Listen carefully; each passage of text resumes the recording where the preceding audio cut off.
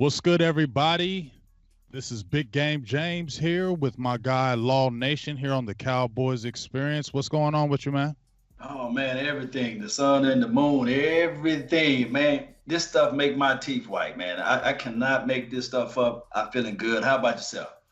Feeling great. We had a couple of Uh, signings. We maybe have a possible big signing that we all been waiting for. But let me give a shout out to and the Cowboys Experience because guess what? The Cowboys Experience has got something going on as well as the big game is coming up September 7th. But you also want to get out to the Cowboys Experience.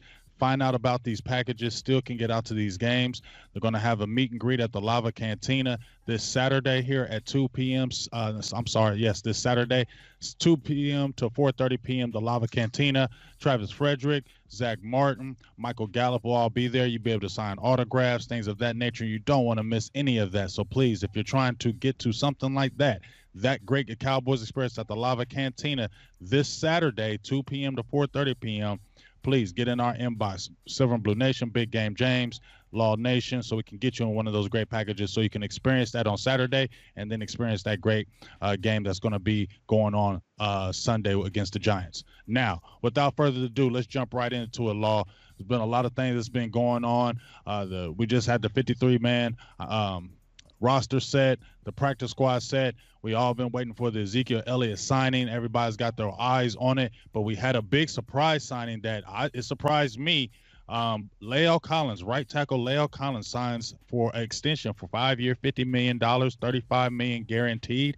And that's another offensive lineman that's signed for a good little bit, and it solidifies the offensive line. What do you think about that signing of La'el Collins, and did it surprise you?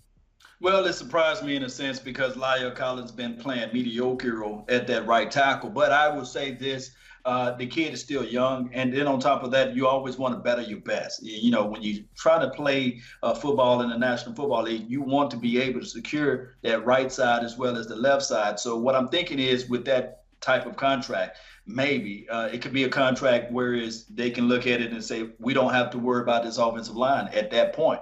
So I'm looking at it as this will be a good move for the Cowboys collectively, meaning that now that you got somebody that you don't have to worry about, hey, is he going to look at another deal somewhere else? Will this be a team-friendly deal? Because we do know one thing.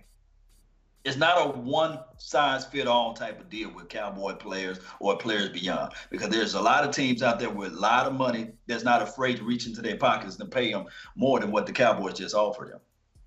Yeah, well, like I said, I was really surprised because of the draft selection of Connor McGovern in the third round. Obviously, he has the pec issue, and will possibly be going to IR. We understand that, but it was just the thinking of you drafted McGovern, you possibly slide him at guard, and then the thinking was you could possibly move Connor Williams, to the offensive tackle, which possibly was his better position. A lot of people like La'el Collins at guard, so I guess the thing now is you have him signed up.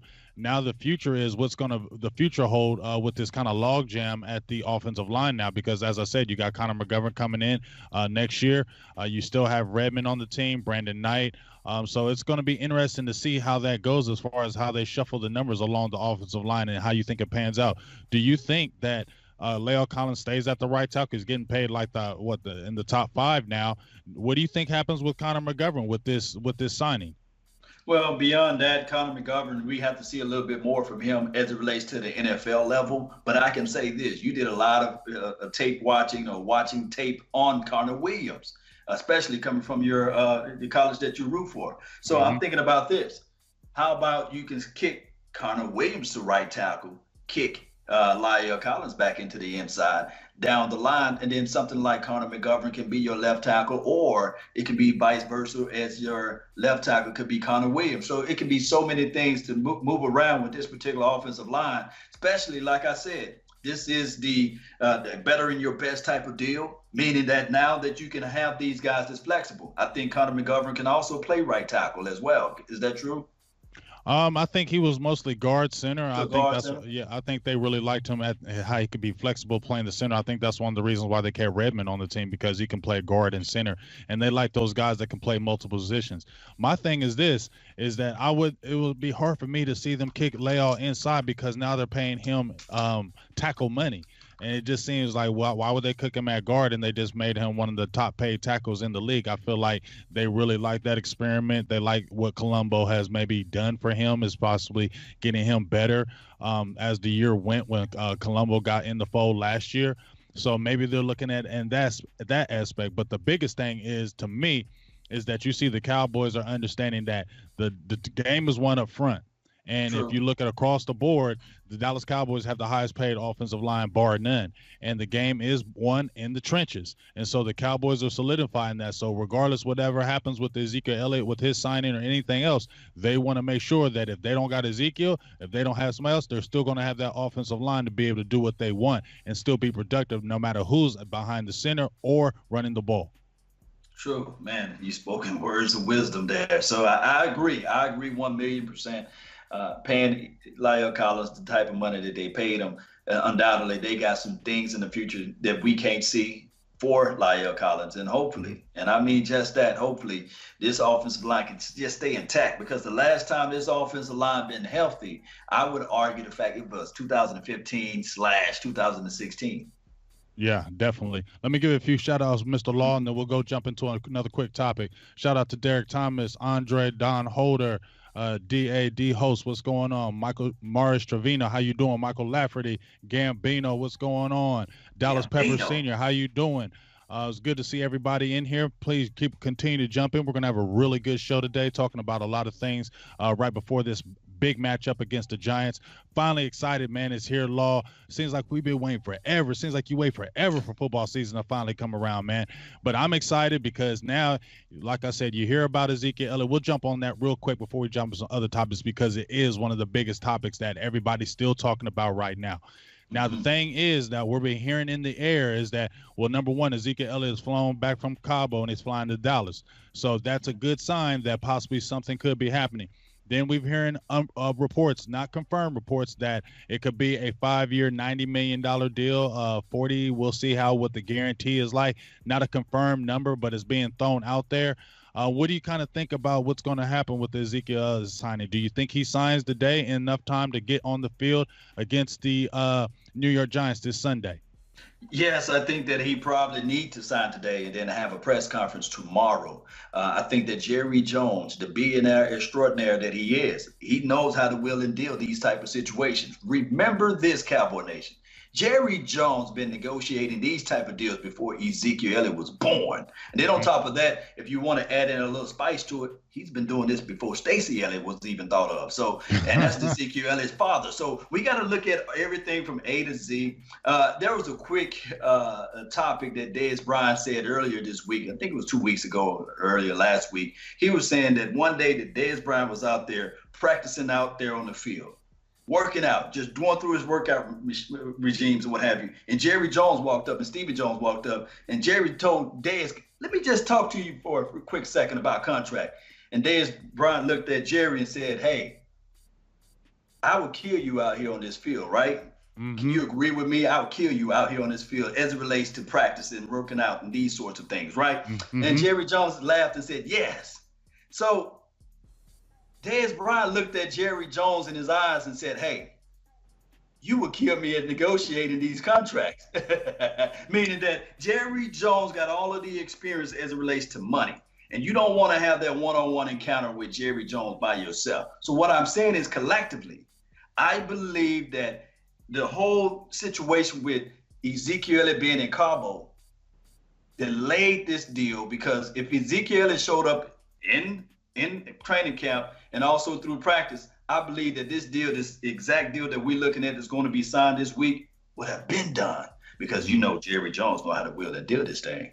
Mm-hmm. Yeah, I'm just ready for it to be done, to be honest with you, because right now, we need to focus on these Giants. I don't feel like they're going to be a problem. I don't want to get too high in the clouds, but I just feel like talent-wise, it's a better team. A lot of times we've had the matchups where it's been kind of back and forth with Eli Manning. I just feel like that time is past, and I feel like we're definitely the better team, and this should be a victory with the Cowboys. Getting Ezekiel Elliott back in the fold just in time, and then combining him with Tony Pollard that we love, that everybody's been raving about, everybody's been seeing it. You get Ezekiel Elliott back in the fold, and then you're looking at Dak Prescott being more improved with the receiving core, adding Cobb, and then practicing.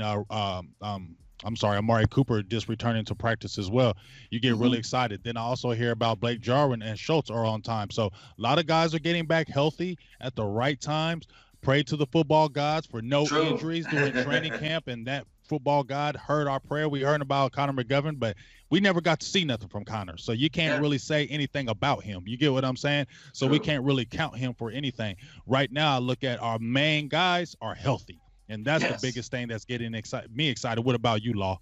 Oh, man, it's getting me so excited because Amari Cooper said, hey, he's 100% right now, or he feels 100%. He don't feel any pain. So that's a plus for us, right? And then if you add in the fact that, like you said, La'el Collins and Tyron Smith, all those boys, they back out there and practicing. And it's something about continuity and rapport, and these guys are developing that. Remember this, outside of the Ezekiel Elliott situation, we were always, during OTAs and training camp, 100%. Not 99, not 80, 100%. So that's a plus, too. So I'm thinking that, you know what? We probably looking at it from the Cowboys lenses. But if we look at it from the Giants situations, they probably looking at it like, man, who do we prepare ourselves for? Do we prepare ourselves for Ezekiel Elliott, or do we prepare ourselves for Tony Pollard? We don't know. So they've been wasting their time too, because they just don't know what team is going to show up Sunday. And this has been an extra favor for us, if you look at it collectively. And that's a good, like I said, because you don't know who to prepare for. Smart wisdom says you better prepare for Ezekiel Elliott regardless. That's smart wisdom in my eyes. But as you said, the biggest thing, we had practice going on this week. Zach Martin returned, Tyron Smith returned, Amari Cooper returned. That's been huge because, number one, a little bit concerned about them back injuries with Zach Martin and Tyron Smith. But now you get those guys back in the fold, back practicing. La'el Collins gets signed up, full speed ahead. It gets you really excited when you get Ezekiel Elliott back in the fold. Now we've been talking about, some of the players. We've been talking about some of the guys that have come back to practice. Let's talk about this quick 53-man roster. All right. Were there any surprise guys to you? You see this 53-man roster set. Was there any kind of surprise cuts with you on this roster? Let's start with the offense. Any surprise cuts with the offense? Well, not really. I just kind of looked at everything like, okay, we know that the core is there. We was trying to find out ways where we can find some backup guys that's going to be able to stand into the mix. And from what I've looked at, everybody's just going to be on the team that I like. I like the surprise signing of Jordan Sean. I think that he can bring in an extra element as it relates to special team for us. And if you really want to say this, instead of going with 3 quarterbacks, you rolling with 2 now. That's cool, because now you can put resources in other fields and things like that. So outside of that, I just kind of like this team for what we got right now. This would be the team that can win us the Super Bowl. Yeah, definitely. So it didn't surprise you with the 5 receivers not going 6 and then Cedric Wilson getting put on the practice squad. That didn't surprise you a little bit, or do you felt like you're feeling real comfortable with Devin Smith being that 5th receiver? Now, if Devin Smith were to be cut, then I would have been surprised. But I kind of looked at it. We talked about this, and I'm going to tiptoe through this topic, if you guys don't mind, Cowboy Nation. Tiptoeing through it. Hey, come on now. We know they coddle their players. We didn't see a single catch from Noah Brown. And last time I saw Noah Brown, the ball was bouncing off his body, and the opposition was able to take the ball away from him and score, an INT or something like that. So I'm not saying that Noah Brown is trash or anything, but I'm just really feeling that we should have kept Cedric Wilson over him because he showed up. Mm-hmm. Yeah, he definitely showed up, and I believe if you have Noah Brown starting on the PUP, he's going to be out the first 6 weeks. He can't be active for the first 6 weeks because he's been all the way through. So got to have those 5 guys. Obviously, you can call people up because Cedric Wilson made the practice squad, so you can bring people up. So that's a good thing that he was able to clear waivers, and they did not lose him because they did feel like they had an investment, and he played pretty good as well in the preseason. But you do get excited about, Devin Smith. I think the good thing that you see, to me, Devin Smith, I don't know about you. I think we were talking earlier, but Devin Smith, and I'm not no disrespect, but Devin Smith just reminds me of Terry Glenn. Just just the way his body type is, the way he comes in and out of his cuts, he runs his routes. Yes. He's got that good top end speed like Glenn had when he could go deep on you. And I think that's a good element that the Cowboys have been missing. You got Amari Cooper's got pretty good speed. Cobb can get you those yards after catching, and Gallup, even though he's not has the speed of a deep threat, he can get deep, and he is ascending day by day, and his confidence is looking good, really good. Then you can sprinkle in a Devin Smith along with the Tavon Austin. That receiving core that looked real shabby last year in 2018 is looking real good walking into 2019. A lot of defense should be feared, and this is a defense that the Giants don't look great on defense, so this is something that we should definitely tack in the air. Yes, indeed. So that air attack should be like one of those things where everybody's saying like, oh, even if you have your reservations, even if you have your thoughts and things and concerns as it relates to Dak Prescott throwing ability, you can pump the brakes a little bit because we're going to be playing now with a half of a field, meaning that this defense is going to be nasty. And then on top of that, if you add in the fact what Gallup is going to do his second year, man, it's going to be nice. I can't wait to see him this weekend and ask him those same questions. Those is in the chat box right now. Any questions that you guys would like to know about Michael Gallup, just post them so we can read them and be able to reach out to him this weekend and let him know, hey, the nation, we love you, and we really want to be able to understand where your mind and your skill set and your thoughts are at, because it's going to be nice for him this year. I just have a feeling about Gallup. Yeah, I said 10 touchdowns this year. Maybe I'm jumping off a ledge with that, but I just feel like he's going to be a real red zone threat. People are saying, I even said a baby Dez, but not the build like Dez Bryant, but the aggressiveness, and he's getting better at the 50-50 balls. He's going up and he's looking real short in his route, and it looks like his route tree has expanded.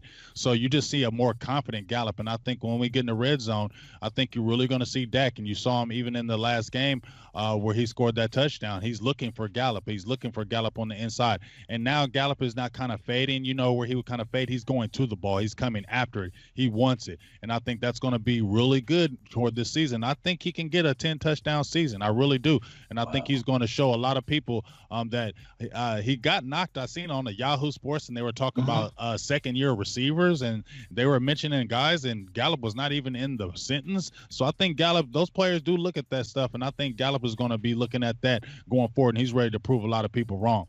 Now, let's jump on the defense right quick. You had a couple. You said he didn't really have too many surprises. I didn't really have any surprises, maybe going along the offensive line, but I kind of understood it. I was surprised about Cedric Wilson, but I'm cool with Devin Smith being there. I did like the Lucas guy, the tight end. I did like him. I liked him because he stretched the field. He had really good hands. He was good in the intermediate, and I feel like he was the type of tight end that the Cowboys needed. I understand. I just feel like with the Schultz, I'm not going to bash him or anything, but I just feel like when you just like you said, they caught other draft picks. He was a draft pick that was drafted last year in the 4th round. He's had a little bit of injuries. It would make sense in their eyes. They don't want to say, hey, well, we're going to scrap this. This is only his second year, and he was a 4th-round pick where you got Lucas off of waivers. You just picked him up. So he can be more of a sacrificial lamb. You don't want to say, well, we cut a draft pick after 1 year. So I think that's the reason why it gets showed by, but I really like Lucas. On the defensive side, anybody surprised? I know you got to have somebody surprised on this defense because there's been that rookie been showing up, and a lot of young guys have been showing up as a whole on that defense. Anybody surprised you on that roster for the 53-man on the defensive side?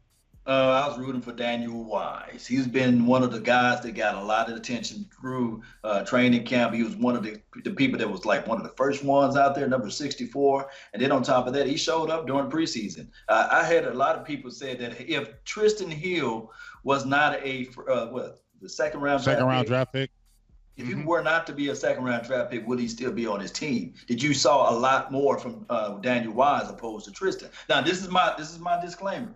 Tristan is still young. You see? Yeah, man. So he's going to take him a little time to get that grown man strength onto him, and I think that he still shoots the gaps like no other. But Daniel Wise outperformed him playing from the inside and out. So, and this is another guy, Donovan Olumba. I do know that he don't have the fastest footwork in the world. He's not the fastest guy. He's not going to win you on a sprint race. But they did pick both of the guys up on the practice squad. So maybe, just maybe next year they can prove that they're worth every penny next year, or worth the grain of salt next year. So what do you think about Donovan Wilson making that team? Oh, my goodness. Now, this is the problem. I don't know. Did he change his number to 30 from 37 to 26, or was it a typo? No, he's still saying that number because I believe Alumba went to 26 from 32. Okay, so he's 37. So I need to be looking for this weekend. No matter of fact, I don't need to look for 37. He's gonna make it be known that he's troublesome out there, swadding this thing up. He's gonna take away an interception this weekend, right? I declare and decree. We might as well take you to church, right? Well, I don't know because he got that little bit of an ankle injury. I think that's one of the reasons why they kept Kevon Frazier and Thompson on there. So I'm gonna see how that injury is looking with that ankle, and he is a rookie, so I'm sure they probably bring him along slowly. But hey.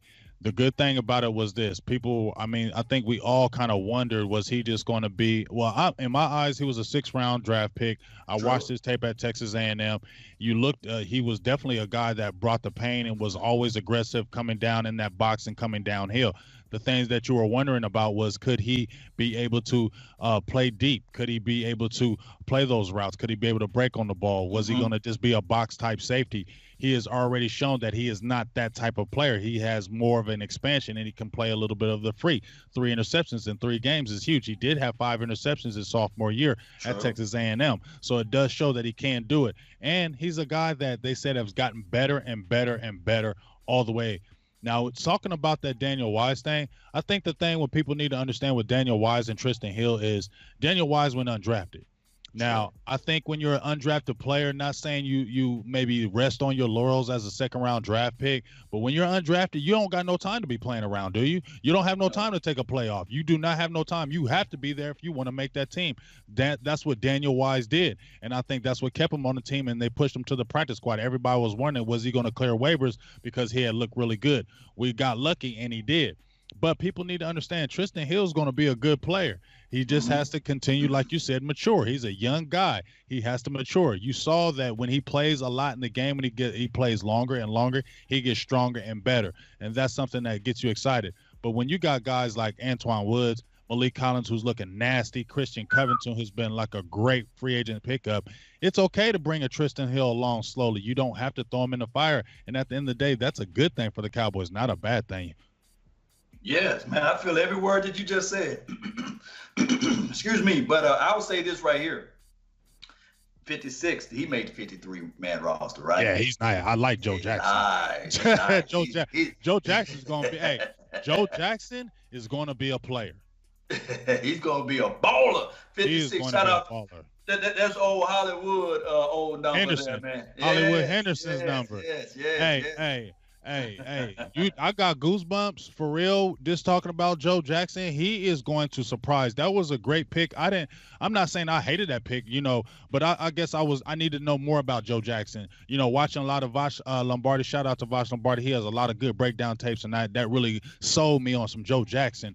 That guy is just a man child, and then we got to see him up close in camp. He's a big boy, and he's ultra aggressive, and he never gives up. And Ron Marinelli loves those type of players, those guys that never give up on the play, and that's what he does. And he's going to surprise some people, I think, this year as far as some sacks. Great. That we talk about the 53 man. That 46 is what's going to be crazy. Who is going to be active on that 46? Guys are going to be going hard because they're going to want to be active, and you're going to have a problem, but it's going to be a good problem to have when you don't know who you're going to activate on that line. Man, you preaching to us now. We don't even have to go to church this Sunday. Let me tell you something. Let me say this right quick. When we didn't even mention number 92, D.A. Dorrance Armstrong, right? Yeah, I know, right? Him. Couldn't Joe Jackson play so well this year? And this is not me sipping on anybody's Kool-Aid. If it is, it would be silver and blue, you know what I mean? But I'm not sipping on nobody's Kool-Aid. But what I'm saying is that if Joe Jackson performed like he performed all through training camp and OTAs and also preseason, because he was right there with those sacks. He was right there on the money. Wouldn't it make it easier for you to move on from Supreme Taco? Or will it make it easier for you next year to move on from a guy that was number 98? I mean, that was the whole purpose. I mean, everybody should already know my feelings about Tyron Crawford. I don't hate on the man. He's been great for the organization. Even now, I understand why they would keep him because he's versatile. He's a veteran. He's been invested, but at the end of the day, you got these young studs. I believe this is Tyron Crawford's last year in Dallas because he's older. You got these young guys. You don't want to block their, prohibit their growing, and Dorrance Armstrong Jr. growing, Joe Jackson growing, and then were able, thank God, that they were able to get Jalen Jokes on IR. That was huge for me because I did not want to lose Jalen Jokes. So if you really think about it, Law, if you look at the practice squad, who they have, you got Wilson, you got Wise, you got Westry. Westry went to the IR. They got to keep him. I like that. John Vay Johnson, they got to keep him because he went to IR. So they got players they want that they were able to stay on IR. They still kept Alumba. They still kept Wilson. They got Wise. I have my feelings about Covington, but you know what? They still like him, so they have him. The practice squad, they got to keep Mike Weber. They had Jordan Chun on there.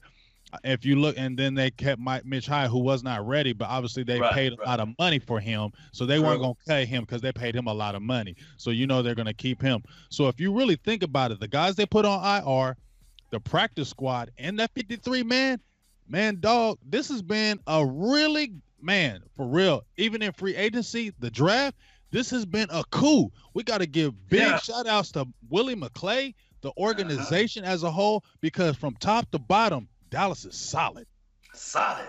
And shout out to you, call him man, Willie McClay. Yes, indeed. Hey, but I gotta say this as a disclaimer as well. I think that if Tyron Crawford can give us the same production, that if he can match it, what he did last year, because he was our interior sack leader with 5.5 sacks last year. If he can continue to keep that same energy, then he's untouched. I would give him that because there'll be consistency. And then don't sleep on number 51, Kerry Hyder. Yeah. We are so loaded on their front four that we don't even have to talk about the linebackers. We're going to talk about them. And that group in itself. Let me jump into a few comments in here because I see a lot of people talking about what's going on. Ryan Dye says, look into it. They said maybe Ezekiel Elliott is showing up in the building. We're going to find out about that. We're actually going live, so you guys are going to have to keep us up to date of what's going on because we can't really see it. I can't see it. So you guys keep us up to date with that. Got a few questions for you, Law. One question. What do you think about Tyron Smith? This is from Justin Williams. He hates to say he has injuries, but do you his holding is, been a problem. Honestly, unless Tyron Smith's back goes out, he ain't going nowhere with Dallas. He's going to retire as a Cowboy. The Cowboys love him for life, and the only way that Tyron Smith will ever not be here is because of his back. Your thought? Man. Yeah, I think that Tyron Smith is okay. It's a situation where the back is always a fickle process. We don't know how the back really works because you can hit somebody and twist somebody, and then all of a sudden they can't walk or move. So the back is always a fickle process. So I'm not going to talk ill will about Tyron Smith and those parameters, but I can say that week one, day one, he's going to be ready. That's all I can say from there. He's going to be extremely ready. And Tyron Smith, he's Tyron Smith, man. Exactly. We love some Tyron Smith. Now, let's talk about these linebackers right quick. We're just jumping on them. Then we're going to talk about this game that's a line ahead and kind of what we kind of see and some keys to the game. Now, linebacking core was interesting to me because we know about Jalen Smith. We know about Van Der Esch. To me, that Joe Thomas, Sean Lee, they say he's practicing with a sleeve. He's going to start. But, man, Joe Thomas, man, he's right there to me with being a starter on the team. Now, that guy that everybody's kind of been the darling is Luke Gifford. He basically played like 10 plays in the game and made the roster. Right. What do they think about him? If you barely played a game, you made the roster? Well, we're talking about translations for the nation, Cowboy Nations. You see how this thing goes? Because what I'm saying is that Luke Gifford, me and this guy named Shango, if you guys don't know who he is, just Google Shango Live Dallas Cowboys. We were live like 95 out there at Oxnard. And I was looking, I said, man, who is 57? Is that LVE in the wrong jersey? Did he ran out of 55s or something? And it so happened to be Luke Gifford. So I started to say, why is this guy flying out to the ball? Why is he going 100 miles to nothing? Why is he always around the ball? And what he was doing, people fail to realize, the reason why he made this team was predicated upon what he did during training camp, OTAs. Right. And see, I would start preaching to you all, but I would go ahead and preach. But, amen, church. But I would say this right now. This Luke Gifford was always around the ball, and all I needed to see when it was like real NFL competition, will he keep that same energy? And guess what? He kept every bit of it, and it was none left over because When he played against those 49ers, he flew out to the ball, he chased, he kept his eyes down the field, he was always around. And then on top of that, if you look back at his Nebraska film, he started off, let me give you guys a quick backstory. He was a quarterback in middle school and high school, right? So that means that he got a good vision of the ball, a good vision of the game. And then when he got to Nebraska, they said, okay, he's 6 foot, some around 6'2", 6'3", 195 pounds, but we have enough safeties already. Can you gain a little pound? Can you gain a few pounds and play a linebacker? So within that semester, he dropped up to 240 pounds. But guess what? He kept his vision. He kept his understanding of the game. He kept his knowledge of knowing where the quarterback trying to go with the ball. So what I'm saying is collectively, we got us a gel. And the Cowboys know it. And they feel it. And they can see his translations from college to the pro. They can see it.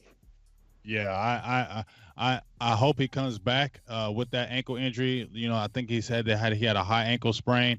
You know, usually those injuries are like a 4-week process, but that was like 3 weeks ago. So you could see him being on the mend. But at the end of the day, man, I still can't wait to see him finally getting on the field because he's going to be an asset. And I think he could be an asset this year. You know what I mean? I think this is something that even though he's a rookie, he's the type of guy that can really open up some things. And I just really want to see him get in there. Him, like you were talking about with LVE, just seems like he's an opportunistic linebacker and he's a sideline to sideline guy. And if you look at the linebackers they have, Jalen Smith, LVE, Sean Lee, Joe Thomas, all of them are sideline to sideline guys, and he fits right into the mold. And I think he's going to slide right in. And he's going to be even better because Joe Thomas is not on a long-term deal. Sean Lee is going to be headed on his way out. So what beautiful thing to slide a Luke Gifford right in there with the LVE and the Jalen Smith if he keeps on ascending the way we all think he's going to. Would that linebacking core look nasty? It's going to look nasty because Sean Lee is going to transition over to Coach Lee eventually. And then on top of that, if Sean Lee could just transplant his brain into Luke, it'd just be even more insane, you see. But I'm looking at it, this team, we play so much nickel, right? 2 linebackers, and the other one just floats in whenever we need it because we rarely play out of our base formation. But what will happen here is that when Luke is healthy, and also when we see Joe Thomas's other worlds out there, man, it's going to be nasty because our base formation is going to be just that. It's going to be a formation whereas you don't see a need to substitute in an extra DB because these guys can fly to the ball sideline to sideline. I like the format that we got. Yeah, and I'm ready. Like I said, I'm really ready for this Giants game. I'm ready to get this in. You know, so many times that the Giants have kind of just been a thorn aside week one. You know how it is. It's always a battle back and forth with Eli Manning. But this is one of the matchups, not in a long time, but it's been a while to me that we're coming in that we're obviously a lot better team than you. And so this should happen. We should go in there basically laying the smackdown. There shouldn't be any playing around. So let me jump into some keys to the game. Right quick, Allah, some of the thoughts, and I'm gonna have you kind of bounce off of it. Keys to the game with me. We're starting out with the game. It's looking like Ezekiel Elliott is going to be signed. I keep hearing so many things in the atmosphere right now. So something is probably going to happen. It sounds like right now. So let's say we got Ezekiel Elliott in the fold. Tony Pollard, Ezekiel Elliott. One of the keys for me, if we're starting out on defense, contain Saquon Barkley. If you look across the board and if you look at their team, they don't really have anybody outside him. Eli Manning, he's not the Eli Manning of old. And then if you look at the receiving corps, they lost Odell Beckham. They had Golden Tate, but he was suspended, I believe, for the first 4 games. Now they just had really Shepard. They have Lattimore, I believe. Nobody who's really. I like Lattimore. Lattimore is sneaky. Lattimore is sneaky, but he's not somebody that I'm going to say I'm super scared of. But you're right. He is sneaky and he's got good size. I think he's about 6'3", correct? He's a tall receiver. But if you're really looking at their offense as a whole, their offensive line, they got Will Hernandez. They got another guy that I believe came from the Browns as well. But looking at their offensive team, would you agree with me is contain Saquon Barkley and attack Eli Manning relentlessly, blitz him? Yeah, you got to blitz Eli, but Eli Manning is not afraid of the blitz. We got to understand that now. Divisional games, first, especially the first regular season game, divisional game is always tough because they know each other, like they know each other for real. So we look at the fact that their tight end, he's the one that sneezed at number 88. Ingram. Nice number too, by the way. He's no one to sneeze at. So what you don't want to happen is for to give the Giants life. And they are known to be a resilient type of team with Eli Manning. Just me speaking objectively. And then objectively. Yeah. You got a nice guy named Saquon Barkley, and they got a nice little running back behind him. So they can think of it like, hey, if we are able to get some turnovers and takeaways, they went and got them a D-Law as well named Dexter Lawrence, who created pressure all through preseason. And they're coming off an emotional high because they are 4-0 during the preseason, and they're looking at it like, hey, we can't be stopped. We hear all of the outside noise. They counted us out. And then think about this, Cowboy Nation, collectively speaking again and objectively speaking. 2007, no one knew for sure who were the Giants. They didn't see them coming. They won a Super Bowl that year. And then on top of that, in 2011, they won a Super Bowl. So I think that this particular team, they don't have the coaching staff, but they still have that same quarterback that can strike when the fire is hot. And I'm not saying that the Cowboys is going to fold up like a wallet or a lawn chair, but what I'm saying is that we can't just walk right into this thing and saying, okay, we're going to beat them down. Just think about it. Who Roger Goodell's favorite team out there? Yeah, he loves the Giants, boy. I mean, it's really been a while since. I mean, even last year, we played them last year. It wasn't a blowout games, and even the end of the year, we had to come back to at the very end of the game just to win the game. And Saquon Barkley had over 100 yards, and he was a thorn in our side. So I feel like we got to stop him early. And we got to get 3 and outs. Just like you said, they can't have those drives where they're getting 7, 8 play, 9 play drives on us. Even if they're getting a field goal, we want them to get 3 and outs. I think the less that they're on the field, even though our defense is going to have a wave of players and they have good depth, I think 3 and outs is really going to crush them because I don't feel like they have the defense really to contain us. Yes, they got Dexter Lawrence. They got. I love that guy. I like Dexter Lawrence, but he still is a rookie. You get what I'm saying? He still is a rookie. When I look at the linebacking core is decent. I believe they got that Marcus Golden kid. They got Ogletree, who I believe is he's a pretty nice running back. But when I look at their defense as a whole, Janoris Jenkins, really nobody else on the outside that had an injury, but it wasn't a major injury. They lost Collins, replaced him with Peppers. But looking at the defense, this is something that we should be able to control the line of scrimmage. I don't care if they were 4-0 in the preseason. Yeah, they felt good about that. Yeah. You know what I'm saying? But we have the offensive line, especially Ezekiel Elliott. We got to establish the run.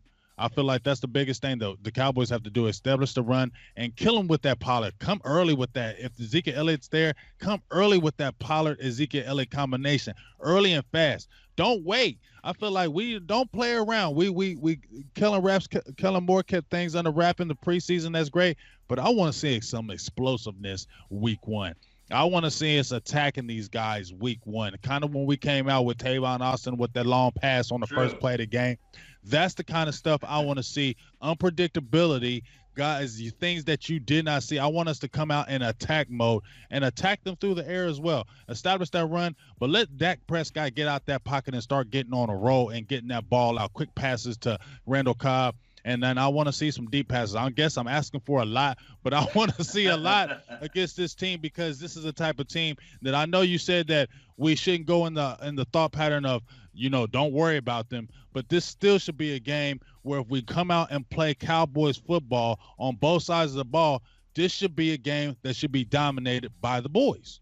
Yes, so we just got to look at everything. And I just hope that Jerry Jones we're going to have an open roof, a closed roof. The sunlight gonna be blind. The sunlight gonna be glaring into the stadium. We got those things that we have to look at too. Sky mirror, is it gonna be pointed the right direction? You see, and then on top of that, we got to win, like you said, the LOS, and we got to not shoot ourselves in the foot. That last preseason game, I was caused to pause because I do know that we had a lot of backups in there, but there was 8 holding calls. Yes. Not 1, not 2, not 3, not 4, 8. And I do know, like I said, it was a preseason game. Was it the last game or was the Texans game, or dress rehearsal game? Which one was it? The Texans game where we were looking good and had too many plays. I think it was that game because Tony Pollard scored on the touchdown. Yeah. We got to take him back. Michael Gallup scored on the touchdown. We got it back. But those were some suspect calls when we go back and look at those calls when we watch the tape. Yeah. You know, Law, you broke down the film. Those were some suspect calls, and I don't know what they were seeing when that happened. So, and that kind of was but the good thing about it was how explosive we looked on the offensive end. We added Ezekiel Elliott back in the fold. My God, we should look good, googly good. We should be smacking these boys. And look, like I said, Law. Then we got the Redskins, who's going to be a test, but offensively, they don't really scare you. They don't really scare you on the offensive side. They don't. I mean, Casey Keenum, don't scare me. So these are winnable games. I'm not trying to look ahead, but the Giants game is a winnable game. This should not be one of those games that's a trap game. We should be able to come after Eli Manning and attack him. This is who DeMarcus Lawrence loves going after. He said he loves some Eli. He loved getting after him.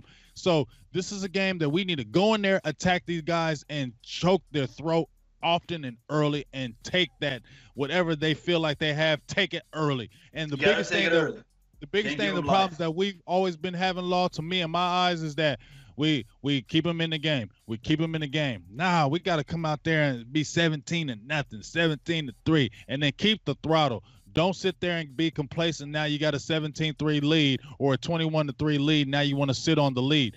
Don't sit on the lead. Keep that full blast. Keep that pedal to the metal and show these teams that we're going to be explosive this year, because that was one of the problems with the offense. Yes, indeed. So hopefully we can keep that same energy. And on top of that, you talking about days of Jimmy Johnson when he just run up the score, they used to get mad at him. Right. So hopefully Jerry Jones can tell Jason Garrett, hey, and just run up the score on him. And hopefully that would be the scenario. Now I see Andrea that's on the chat box. He says 105.3. The Fan is now reporting that the $90 million deal is confirmed or what have you. And they send sources out there for everybody. So what are your thoughts on that, James? I mean, I'm excited. I mean, people are talking about the salary cap, and I get it. I'm not a capologist, so I get it and I understand it. But at the end of the day, I just feel like Stephen Jones is a stickler with that money. And I just feel like they made two really good contracts right now with La'el Collins and Jalen Smith that were friendly for the team. I feel like they understand that and know that, and they're not going to go back into a cap hell, quote unquote, by signing Ezekiel Elliott, Dak Prescott, and Amari Cooper. They're going to be smart with this, and they're going to give themselves outs to be okay. So I'm not tripping about this, because I don't feel like this is going to stop Dallas from being able to sign other players, especially when more money is going to be opening up. And even with La'el Collins signing, I believe like $4 or $5 million open up with them extending him right now. So the Cowboys, I feel, cap-wise, know what they're doing. Money-wise, they know what they're doing. They made a good deal with DeMarcus Lawrence. They're not going to go back into putting themselves back into that cap hell, quote-unquote, when they took so long to get out of it. So I think we're going to be okay, and I'm ready. Full steam ahead. Yes, and now that you mentioned that, it takes me all the way back to the D-Law contract deal.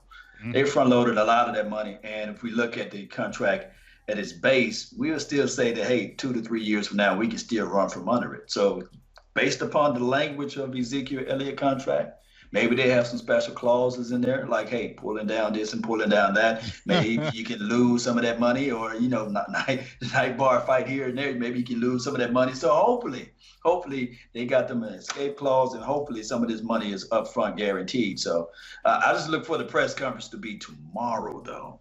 Mm-hmm. Yeah, to get people out there to the press conference people already. Yeah, like you said, I'm just going through right quick, just going on Twitter, and I just hear a lot of people confirming that it's pretty much a done deal with Ezekiel Elliott. So we're excited. We getting one of our best players back in the fold, and he's still young, and this team is young. People need to understand that there's only a couple 30-year-olds on this team right now.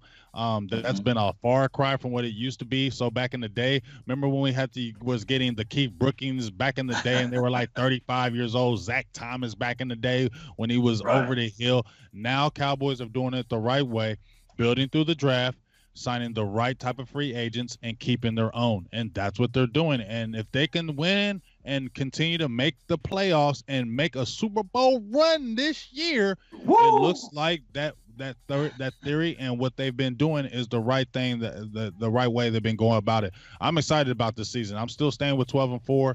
I just feel like this is a year that Dallas can do it. I've heard some people saying back and forth, oh, we don't know about the offensive line, this defensive line, that style. But if you look across the board, if you look at the teams in the NFC, the top teams, the New Orleans Saints, the Rams, the Eagles are in it. Obviously, the Seahawks are still going to be a team.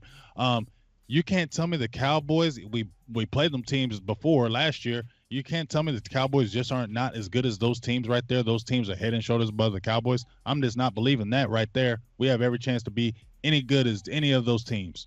I mean, we got a strong fighting chance, man. And I don't think that everybody can just really look at this team and say, oh, this team is going to be trash. I don't think that you can say that. I don't even look at it, whereas the only glaring hole that I can look at on this team is maybe the kicker. Mm-hmm. And I'm talking about the kicker, not even the punt kicker. I'm talking about the kicker. And that's only on short kicks, believe it or not. Mm-hmm. So I'm looking at this team, second year with Christopher Richard. I think that the defense is going to be a whole lot better. And then if you look at it, the second year with Sanjay Lyles, the offense is going to be better. And then on top of that, what Ezekiel had an interview earlier this year with Michael Irvin. And he said, what is the difference that Kellen Moore does that maybe the other coach didn't do? And he said, Kellen Moore, he listens. That's a valuable skill set, Cowboy Nation. Very valuable. And if you can listen and can identify with what the players are saying, then on top of that, now that you can look at it like, okay, now we're in red zone, we're not going to go to a Jameis Olawale. Mm-hmm. We're going to do what got us there.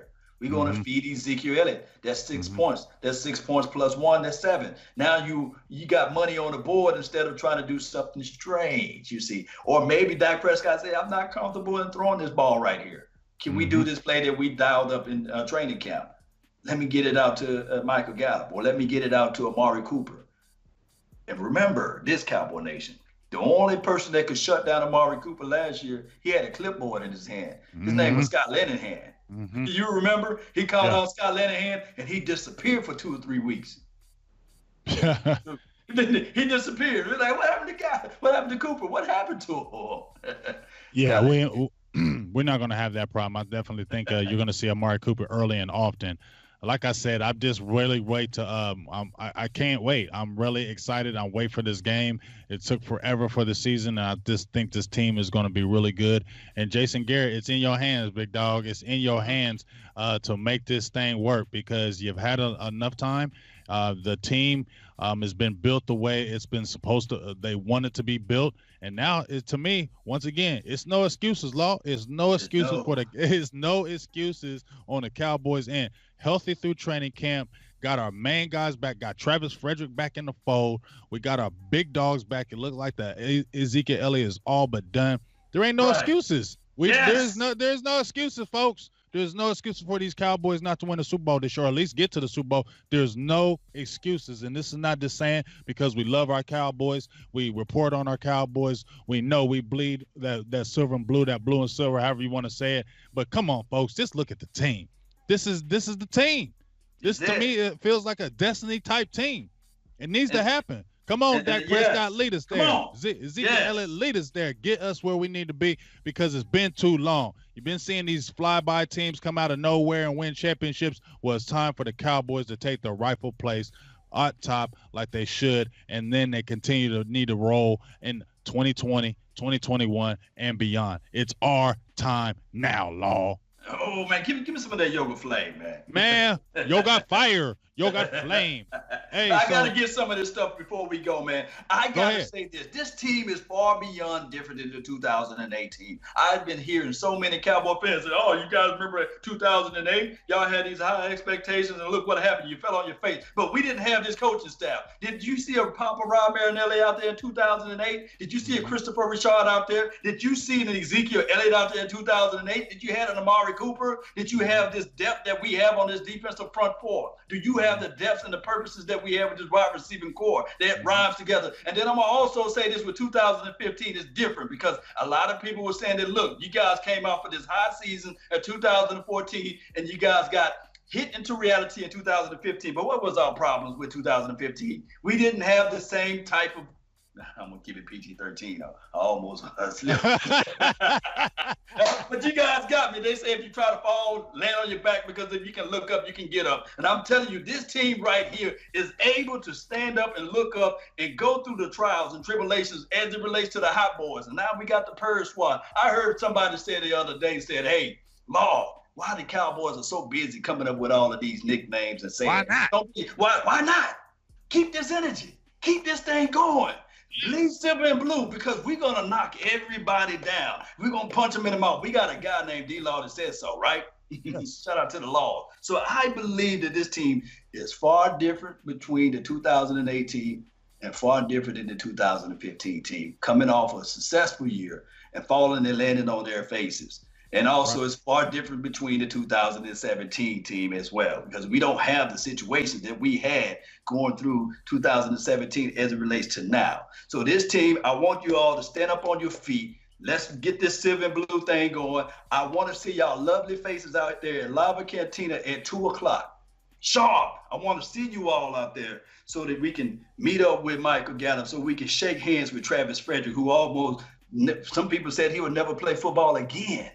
You just come out there and see Team of Destiny. Yeah, Team of Destiny, Zach Martin and those boys. I cannot wait to see you all. Let's go, Cowboy Nation. Let's go.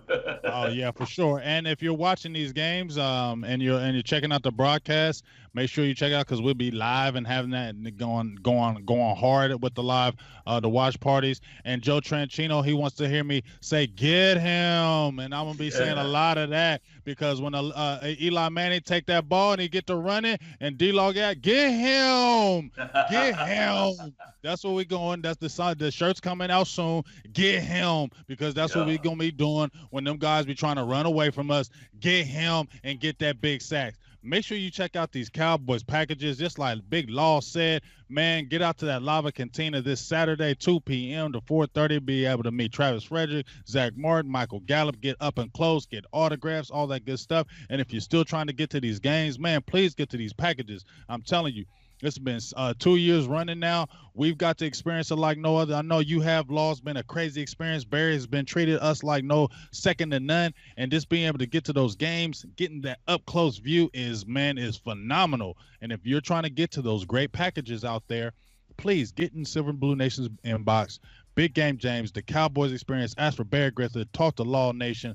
Get here so we can see you at these games as well, so we can all have a good time and watch these Cowboys run through this league, run through this division, be back-to-back NFC East champions. With not happening forever. It's going to happen now. We're on the road to the 6th, and we ain't going to be stopped, and we're not taking that no for an answer this year. It's our time, and we're a team of destiny. Is that not right, Law? Yes. What call? Yes. Let's go, Cowboy Nation. If you ain't caught now, I don't know what you're doing. Don't spit your coffee. Let's go. So, hey, shout outs to everybody that was in the chat box today. That wasn't able to give everybody, but let me shout outs. Annette Ray, Boothang, Justin Williams, Michael Lafferty, Daniel Meza, Andrea Don Holder's been giving us the great news, been keeping us up to breast. Joe Tranchino from Italy, we know. Yes. Ryan Dye, Richard Alvaro, the second. Just Christopher Cooper, Francisco Logo, just the names going on and on. Everybody, appreciate everybody who jumped in. Great show today, Law Nation. We appreciate you. Telling everybody where they can find you, your channel. You know, we all know who you are. But just in case somebody who don't know who Law Nation is, the great, he gonna tell you right now. Yes. Follow me on LAW Nation. Just type that into your Google. You can also see me at Instagram, Facebook at Law Nations, as well as the YouTube page. And I have a website. It's dlawnation.com. Just check it out. Just hit me up. And of course, let's continue to grind. The grind is necessary. And that's been my time. I really thank you all for yours. And remember, you're listening to nothing but the best. Salute. I mean, how can you not love that? I mean, that's like embedded in my head. Hey, and also you got Law Nation out there who has that great film work, film breakdown, all that good stuff. Law just brings the fire all the time. Like you said, you can check him out on Twitter. But hey, guess what? It's Big Game James over here too in Silver Blue Nation. You can check us out, Silver and Blue Nation, Big Game James. We all doing the Cowboys thing, the Cowboys news, and we love doing our collab. But like I said, if you want to check out that good Cowboys news, and you can get that good full effect of all the goodness. Sometimes you don't, there's an ice cream out there. What was it? Is it the Neapolitan? It don't got just vanilla. It's got chocolate mixed in with it. Got strawberry. Got all them flavors mixed together. Because you know what they said? They said, man, we know all y'all like vanilla. We know a lot of y'all like chocolate. We know a lot of y'all like strawberry. So guess what? We don't want to leave you out. We're just going to mix it all together so you just eat it all together. So that's what we do here. We try to bring, you got the Cowboys Experience. You got Law Nation, Silver and Blue Nation, Big Game James. We're going to be bringing it all year long because we're going to get this road to the six. We're going to get this championship. We're going to be back-to-back NFC East champions. And I'm not taking no from an answer from nobody. And this is our time, and I can't wait to get to them naysayers because we are going to tell them to hush their mouths. It's our time, y'all. Yes, indeed. Let's go. And Media Row. Check it out on cowboysexperience.com as well. We there. There you go, Media Row. So without that being said, Law Nation, Big Game James, Producer G on the ones and twos who gave you this great layout like he always does. You don't always hear about the producer, but you don't never need a producer. You just need to see the work that he does. And Producer G Voltron is on the ones and twos. So shout out to Producer G Voltron. And we will be talking to you very soon on our next show, the Cowboys Experience. So from my time to your time, salutes. We'll talk to you soon. Peace.